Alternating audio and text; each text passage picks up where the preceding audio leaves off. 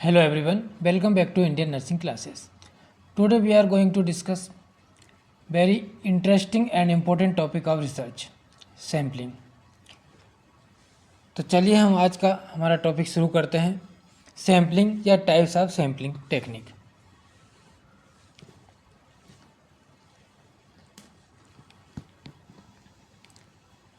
Sampling क्या है? तो सैम्पलिंग एक प्रोसेस है of selecting representative units from entire population. जब हम कोई रिसर्च या रिसर्च स्टडी करते हैं तो उसमें जो रिसर्च स्टडी की पूरी पॉपुलेशन होती है, एंटायर पॉपुलेशन, उस पॉपुलेशन में से जो हम उसको रिप्रेजेंट करने के लिए जो सैंपल लेते हैं, उसमें से जो सैंपल सिलेक्ट करते हैं, उस सिलेक्टेड रिप्रेजेंटेटिव सैंपल लेने की प्रक्रिया को की प्रोसेस को सैम्पलिंग कहते हैं। फिर से समझते हैं, सैम्पलिंग क्या है? Sampling is a process of selecting representative units an entire population of A entire study.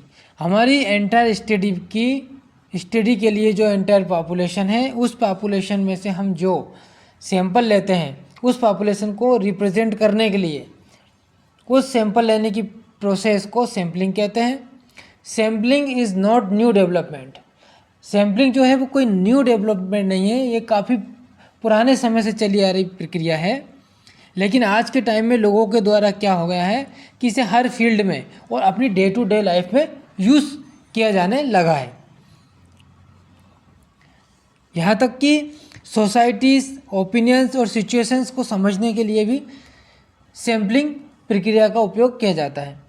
उदाहरण के लिए हम देखते हैं कि हम कैसे डे टू डे लाइफ में सैम्पलिंग को यूज़ करते हैं।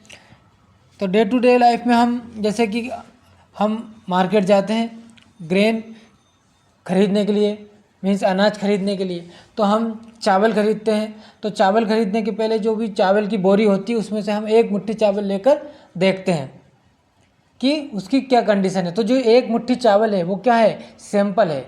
और वो जो एक बोरी चावल है वो क्या है? एंटायर पॉपुलेशन है। तो उसमें से जो रिप्रेजेंटेटिव यूनिट है, जो एक मुट्ठी रिप्रेजेंटेटिव सैंपल जो है, जिससे कि पूरी बोरी के सैंपल को रिप्रेजेंट किया जाएगा कि चावल की क्वालिटी कैसे है, चावल के दाने छोटे हैं, बड़े हैं, अच्छे हैं कि नहीं है। तो उस एक मुट्ठी दाने को क्या कहेंगे? सैंपल। और इस प्रोसेस को कहेंगे सैम्पलिंग। इसी प्रकार अगर दूसरा उदाहरण देखें तो हम जैसे जब राइस को पकाते हैं, चावल को पकाते हैं, तो उसमें से कुछ दाने लेकर हम उसको दबा कर देखते हैं कि चावल पके हैं कि नहीं पके हैं। तो ये सब क्या है? ये भी सैम्पलिंग की प्रोसेस है। या इसके बाद पैथोलॉजी में हम जैसे ब्लड शुगर करते हैं, तो उसमें से कुछ ml ब्लड लेकर या एक ड्रॉप ब्लड लेकर ग्लूकोमीटर की स्ट्रिप पर डालकर भी हम उस सैंपल, एक ड्रॉप सैंपल लेकर उससे पूरी बॉडी में ब्लड में कितना ब्लड शुगर लेवल है उसको हम चेक करते हैं। ये सब क्या है? सैंपलिंग के ही प्रकार हैं। और ये सैंपलिंग मोस्टली कितने प्रकार की होती है? 2 प्रकार की होती है सैंपलिंग। पहली प्रोबेबिलिटी सैंपलिंग और दूसरी नॉन प्रोबेबिलिटी सैंपलिंग। जो प्रोबेबिलिटी सैंपलिंग होती है ये जनरली किस पे? प्रोबेबिलिटी थ्योरी के ऊपर डिपेंड होती है। इसमें सभी मेंबर्स को इक्वल चांस होते हैं। इसमें क्या होते हैं? इक्वल चांस होते हैं सभी मेंबर्स को सिलेक्ट होने के। और इसमें सैंपल को रेंडमली सिलेक्ट किया जाता है, मतलब बाय चांस सिलेक्ट किया जाता है। किसी का भी चांस हो सकता है, सबको इक्वल चांसेस होते हैं इसमें। जबकि नॉन प्रोबेबिलिटी सैंपलिंग क्या है? इसके जस्ट अपोजिट होती है। इसमें सबको इक्वल चांस नहीं होते हैं, इसको बाय चॉइस से सिलेक्ट किया जाता है नॉन प्रोबेबिलिटी सैंपलिंग को। और ये नॉन रैंडम सैंपलिंग मेथड के द्वारा इसमें सैंपल को सिलेक्ट किया जाता है। प्रोबेबिलिटी सैंपलिंग में भी 5 प्रकार से सैंपल को चूज़ किया जाता है। ये 5 टाइप की होती है। और नॉन प्रोबेबिलिटी सैंपलिंग भी 5 टाइप की होती है, जिसे कि हम 1 बाय 1 समझते हैं।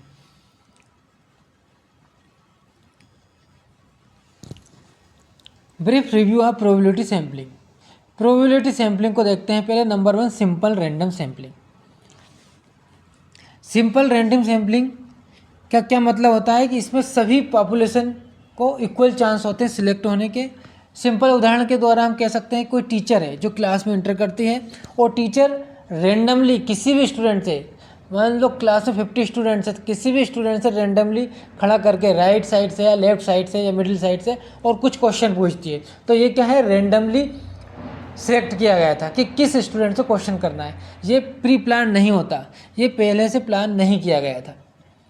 या फिर कह सकते हैं कि लॉटरी मेथड। मान लो किसी क्लास में टीचर को मॉनिटर बनाना है, तो टीचर ने 50 स्टूडेंट्स के सबके नाम लिखकर एक बॉक्स में डाल दिए और उसमें से 1 और 2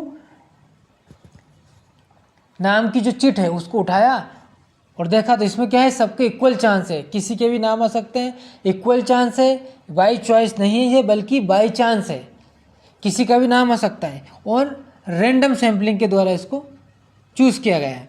तो ये क्या है, simple random sampling. Second, stratified random sampling.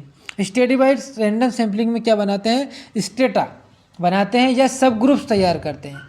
सब ग्रुप्स किसके आधार पे, जो भी सिलेक्टेड पॉपुलेशन है उसमें से एज के हिसाब से, किसी जो 20 से 25 साल के हैं उनका एक अलग ग्रुप बना दिया, जो 25 से 30 साल के उनका अलग ग्रुप बना दिया, या जो गर्ल्स हैं उनका अलग ग्रुप बना दिया, फीमेल्स हैं उनका अलग ग्रुप बना दिया।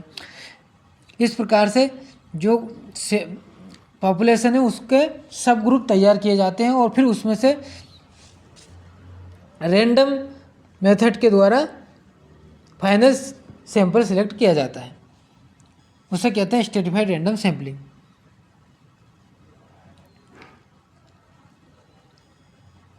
नेक्स्ट है systematic random sampling. Systematic random sampling, systematic में इसमें क्या, सिस्टमेटिकली सैंपल को सिलेक्ट किया जाता है। सिस्टमेटिकली जैसे every case from the group, मान लो आपका 100 आपकी पॉपुलेशन है जिसमें से आपका सैंपल साइज 10 है, तो इसमें से आप क्या है, केट्स मीन्स सैम्पलिंग इंटरवल। ये क्या है, सैम्पलिंग इंटरवल है। आपकी टोटल पॉपुलेशन n और आपका जो पॉपुलेशन में से आपको जितना सैंपल लेना है, अगर मान लो आपको 10 सैंपल लेना है, टोटल पॉपुलेशन आपकी 100 और आपको कितने सैंपल चाहिए 10, तो यहाँ कितना, एवरी 10th पर्सन आपका क्या होगा, सैंपल होगा। और आप चाहें तो इसको रेंडमली 10th में से 1, 2, 3 या 4 चूज़ कर सकते हैं, रेंडमली इन 10 में से। मान लो आपने 4 चूज़ किया तो आपका एवरी 4th वाला जो है वो आपका सैंपल होगा। जैसे कि 4th नंबर का, 14th नंबर का, 24th नंबर का, ये आपका क्या होगा, सैंपल होगा। ये एक सिस्टमेटिक रैंडम सैम्पलिंग है। सिस्टमेटिकली आप सैंपल को एक सिस्टम से सिलेक्ट कर रहे हो। नेक्स्ट है क्लस्टर और multi stage sampling. Cluster sampling या multi stage sampling, in a very large population, random selection of geographic cluster and then random selection of subject from these clusters। Cluster sampling में क्या होता है कि इसमें बहुत ज़्यादा, जब जियोग्राफिकल एरिया बहुत बड़ा होता है तो क्लस्टर सैम्पलिंग या मल्टी स्टेज सैम्पलिंग।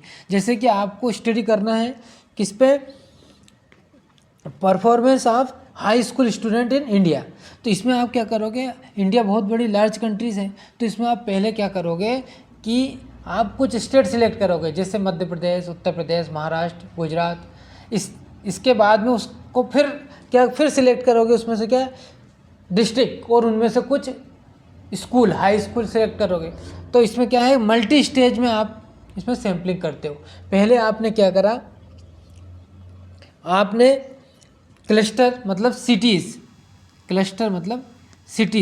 चूज़ की, फिर उसमें से स्कूल चूज़ किए और फिर स्कूल में से आप अल्टीमेटली स्ट्रेटिफाइड सैम्पलिंग या सिंपल रैंडम सैम्पलिंग के द्वारा आप सैंपल चूज़ कर सकते हो। तो इसे कहते हैं क्लस्टर सैम्पलिंग या मल्टी स्टेज सैम्पलिंग। नेक्स्ट है सीक्वेंशियल सैम्पलिंग।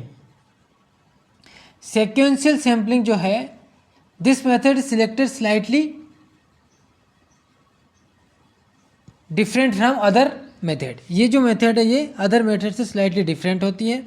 इसमें क्या होता है, इन्वेस्टिगेटर जो इनिशियली सिलेक्ट स्मॉल सैंपल, इसमें जो रिसर्चर होता है वो इनिशियली तो क्या है स्मॉल सैंपल सिलेक्ट करता है, लेकिन जब तक उसकी स्टडी से उसको कोई इन्फ्रेंस ना मिल जाए, इन्फ्रेंस मीन्स निष्कर्ष तक जब तक नहीं पहुँचे वो इसमें निष्कर्ष तक, अगर उसमें स्मॉल सैंपल से रिसर्चर कोई निष्कर्ष तक नहीं पहुँचता है तो वह अपने सैंपल को आगे इंक्रीज कर सकता है, और जब तक कि वो कोई निष्कर्ष तक कोई इन्फ्रेंस तक नहीं पहुँचता वो सैंपल बढ़ाता रहता है और ट्राई करता रहता है, उसे कहते हैं sequential sampling.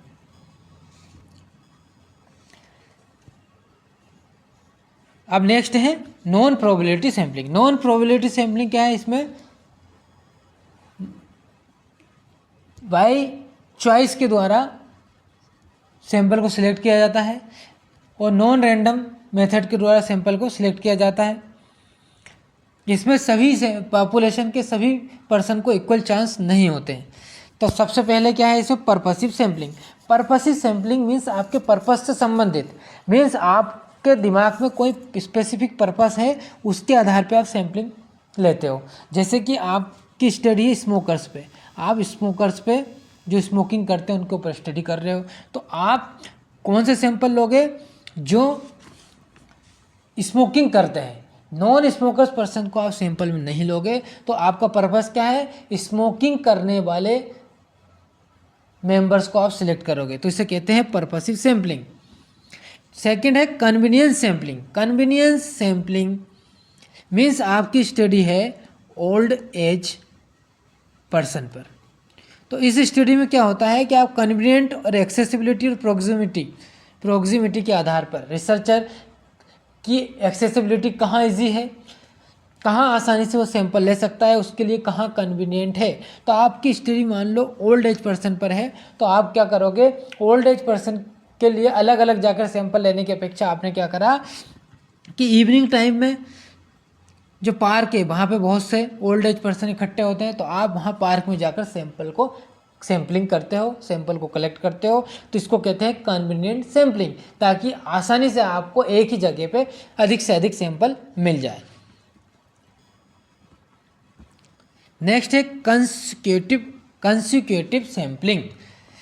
Picks up all the available subject who are meeting the preset inclusion and exclusion criteria.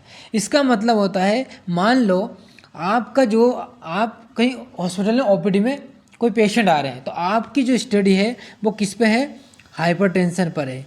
Hypertension 40 से 65 ईयर्स एज ग्रुप के लोगों पर आप स्टडी कर रहे हो, तो ये आपका क्या इंक्लूजन क्राइटेरिया है। मतलब किसको इंक्लूड कर रहे हो आप स्टडी में, 40 से 65 ईयर्स के हाइपरटेंसिव पेशेंट। और एक्सक्लूजन क्राइटेरिया आपका क्या है, प्रेग्नेंट वुमेन। प्रेग्नेंट वुमेन को आप इसमें सिलेक्ट नहीं करोगे।